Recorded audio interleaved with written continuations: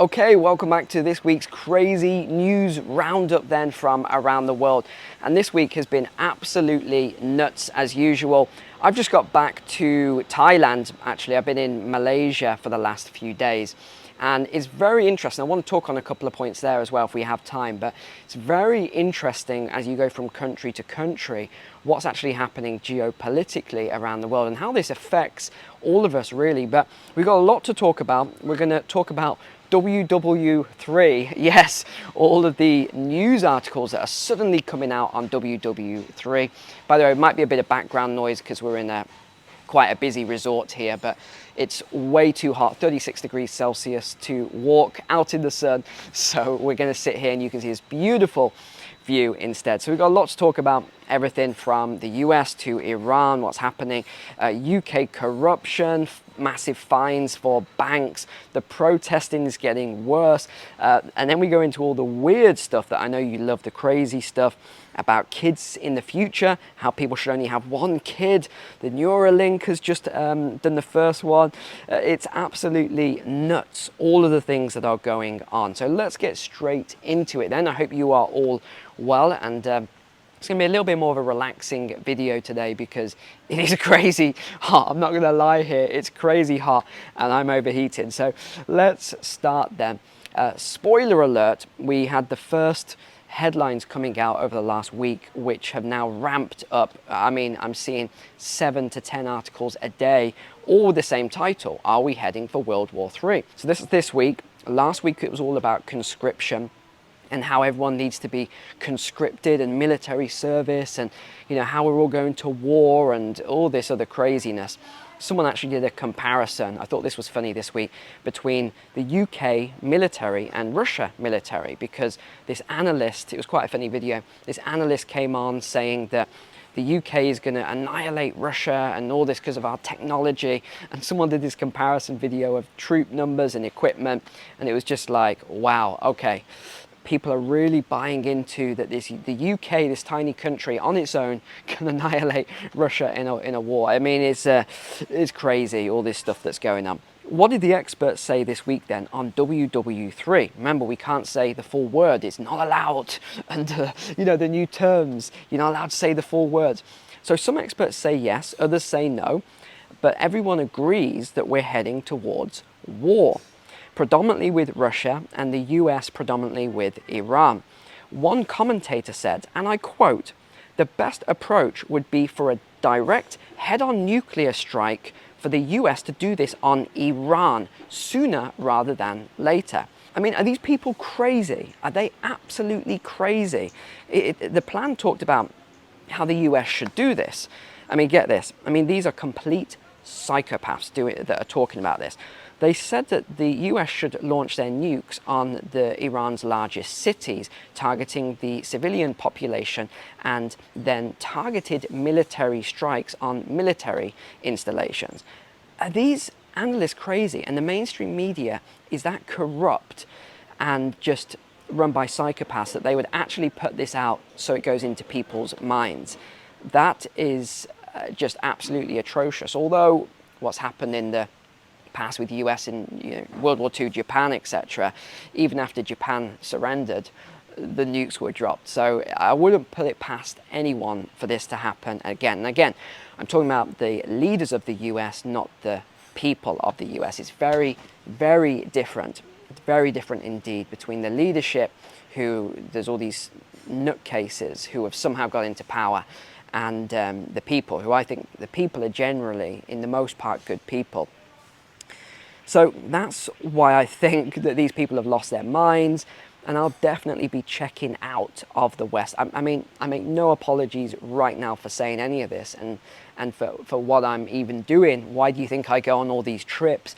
I need to check out places, I need to find out about visas and residencies and all this other stuff, because I've been saying since 2020, I think we're going towards major conflict. And Every day I'm seeing more escalation, not less escalation. So nothing's changing my mind, even though people think we're going towards less. I don't.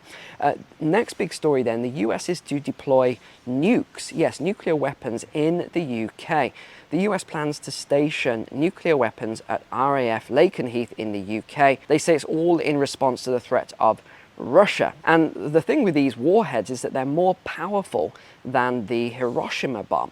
This is part of a NATO-wide program to put nuclear weapons closer to the Russian border. Now, can you imagine what would happen if Russia said we need to put nuclear weapons in Mexico, or we need to put them in, somewhere near to the US in case of conflict? It would never happen in a million years.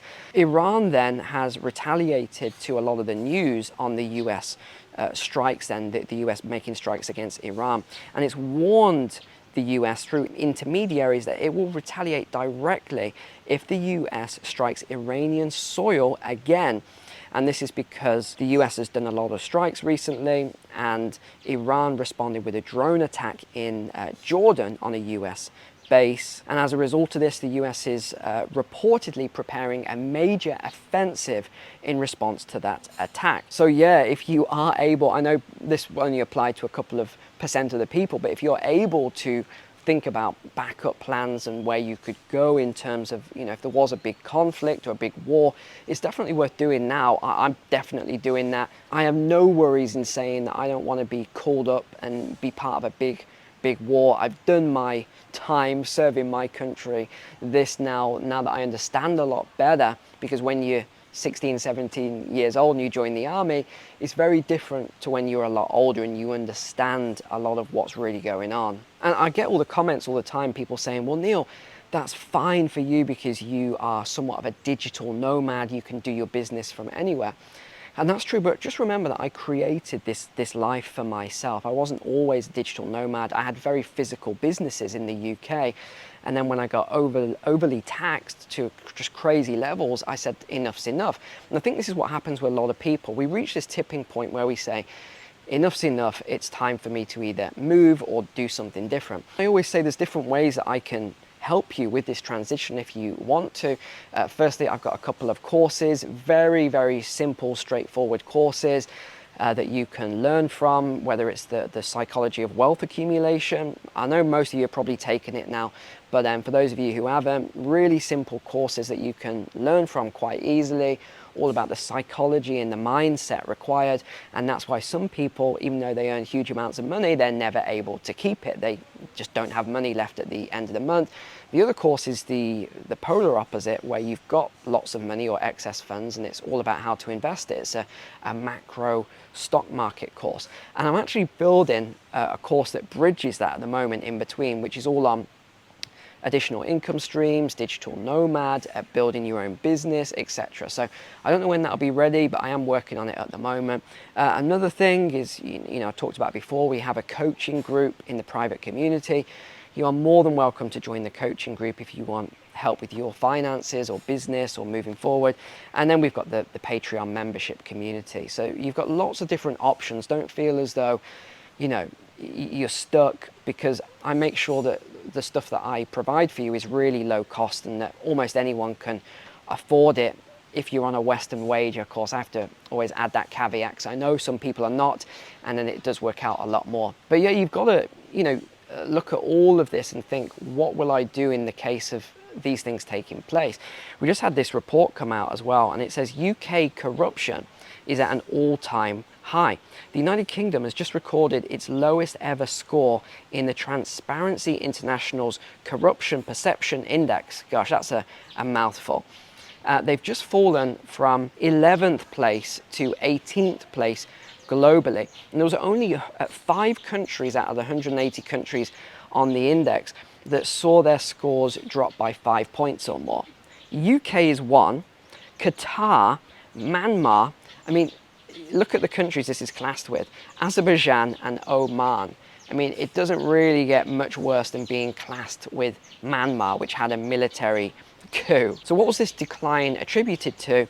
Government standards, corruption, taxpayer money, politically motivated decisions in awarding funding to different things, breaches of the ministerial code, bribery, major issue in UK politics where peers were given allowed to enter the House of Lords if they paid over £3 million. I didn't follow this story, so it looks as though some people bought their way into the House of Lords. You know, there's all this corruption. It reminds me of that old saying, who guards the guards when it comes to politics at the moment? Or even, you know, we used to say this about policing at some point. I mean, this index that I'm looking at here, it's worsening. And you look at Europe and the UK, if you can see this image here, and it is getting worse and worse and worse. Corruption is getting so bad in the West. But yeah, there's always going to be pros and cons of every country. I don't think any country is perfect. I really don't. Having been to lots of different countries, more than, lost count now, what, 70 odd different countries around the world.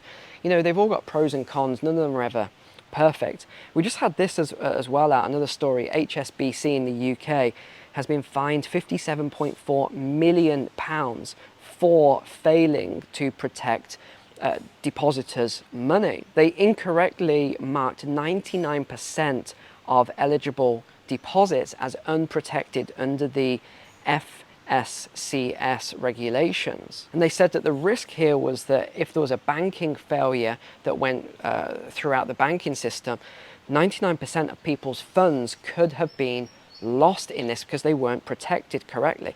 And again, this is what I talk about all the time, is that we're told that all of these regulations are there to protect us, everything's in place, everything's safe and secure, but it's not always the case. We don't know what's going on behind closed doors. We talked this week as well about the farming protests. Well, this has really ramped up now. The protesters at the EU summit has just begun. So this isn't just Germany, France, or these other countries. It's now in Brussels as well. They've completely blocked the roads. I did see one clip of this group throwing eggs at the police. And what did the police respond with? Tear gas and cannons. Yeah, okay. It says the groups tried to tear down the barriers in front of the parliament. Yeah, again, I don't see that as extreme violence, but okay. Let's get into some of the more weird and wacky stories, and these are my favorite stories. Headline, overlooked superfood needs farming in case of World War III, say scientists. It's like they've got all these stories ready to go, and then they go, how can we put in WW3 into the headline? Right, here we go. Concerns of a nuclear Armageddon followed by a global food shortage have left many searching for more resilient food supplies. And one potential solution may be hiding under the sea, of course it is. Even in the absence of a global catastrophe, seaweed offers a sustainable, resilient food source in the face of climate change, absorbing more carbon than trees and avoiding habitat disruption on that. That is actually true, by the way. What they're talking about with the oceans and seaweed, it does absorb tons and tons of carbon. So they're saying that we need to have all this seaweed farming ramping up, and that it should be part of the diet, pulling more meat out of the diet, putting more seaweed in the diet. Yeah, okay, I mean, yeah, seaweed is very nutritional. I do actually eat seaweed, but would I eat it as to replace meat? No, I don't think so. That's a bit of a joke. All right, there was a debate this week on GB News, which was fascinating. If you haven't watched it, I highly recommend watching it. And the headline is Moral Issue with Having Kids. So there was this environmental lobbyist that came on, and he says that having children is environmental catastrophe waiting to happen. It's a moral issue. And he said that people who have more than one child are selfish, and they should consider the ecological impact of it. So then this lady came on who came to debate him. She said, I'm so offended by it and everything else. And then it got even more weird. Again, this is why you got to watch it. It got even more weird. You had Eamon Holmes, and I don't know who his co-host is because I don't watch the channel. But what basically happened was she then said, oh yeah, but we need to talk about dogs. Dogs, if you have a pet dog, this is more polluting than a Range Rover. And I was like, what? Where's this going? And then the guy gets involved and he says, yeah. The dog eats all this meat, especially larger dogs. So, and then I was like, okay, weird, but fine. And then afterwards, there was all these debates and there was all these links then. Everyone's pulling this. And they're talking about now the carbon score for the future, and that your pet's food that they eat should be on your carbon score. So for example, they gave this example of this lady who had 4 German Shepherds, and it said that she was 3 times over her carbon limit under these plans, and that the dogs would have to be destroyed or the dogs would have to be rehomed, but they were leading towards destruction. Yeah, good luck taking anyone's dogs and destroying them is what I would say. And then they went on to cats and other animals, but they were saying dogs and cats are the big ones because they eat so much meat that this would eat into your carbon allowance and it just wouldn't be possible. So you may not be able to have dogs and cats in these Western countries in the future, like they mentioned the US, Canada, Europe, UK. These were just some examples. Australia, New Zealand, I remember those ones. And then the next story then was all about Neuralink. They've just done the first human implant. And this was pretty wild, talking about this. What did Elon say? It enables control of your phone or computer and through them almost any device just by thinking, he wrote. Initial users will be those who have lost use of their limbs. Imagine if Stephen Hawking could communicate faster than a speed typist or auctioneer. That is the goal. Okay, that's a bit of a weird one, especially all the stuff about Stephen Hawking at the moment and Epstein Island and all that weird stuff. The company is now worth more than $5 billion, but it could become almost priceless in the future and overtake some of the world's top valued companies combined. I mean, this stuff is all, you know, sci-fi coming into reality now. It really is. Another wild story this week: disbelief as the undermanned Royal Navy seeks to redeploy officers to diversity and inclusion team. So they're ramping up their, inclusivity, diversion team, and they're moving all of these high-ranking, it says, officers away from where they're already undermanned into this team. I mean, crazy. Okay. Anyway, another crazy one that I know you're going to love. Homeowners face a criminal conviction if they are caught breaking these new laws. What are these laws? Homeowners have been warned that they could be slapped with a £300 fine for using a log burner to heat their homes for less during winter. New rules in England and Wales prevents homeowners from using log burners to bypass expensive gas, and doing so could land homeowners with a fine or even imprisonment if they continue to use these log burners after having a fine or a warning. Nuts. And then finally, I want to tell you about, remember we talked about the city ranking list last week, and number 1 on that list was New York. Well, just after that, I was looking through all the news because I do different sites to get my news, and I was on TikTok looking at some of this news, and it was the funniest story. It was this little girl, through the mouths of babes, as they say. They had this little girl, they put a camera on her and recorded her, 3-year-old, walking through New York, and this is what she had to say. Mama, I don't like here in New York. Why? Because there's a lot of rubbish. You said it's pretty. Mama, there's a little rubbish everywhere. Look at all the stuff on the floor. So many people here. Mom, I don't like New York. Oh, what's so stinky? Mama, can I get a mask? Mama, do not lie to me next time. What do you mean? Lying's not fun. Okay, so I think we can establish from this young girl's reaction that everything that we believe to be true about New York, she's just confirmed it. So there we go. Well, thanks for being online today, and just a reminder about any of those services, if they are of interest to you, to help you in your current predicament, because I know we're all pretty concerned at the moment about the way things are going. So if it does, any of these services do give you more freedom in your life, please just check the links below in the description or the pinned comment, and I'll be happy to be there of assistance to you. All right, well, I'm going to go exploring now then. Thanks so much for being online. Take care, God bless, and I will see you next week.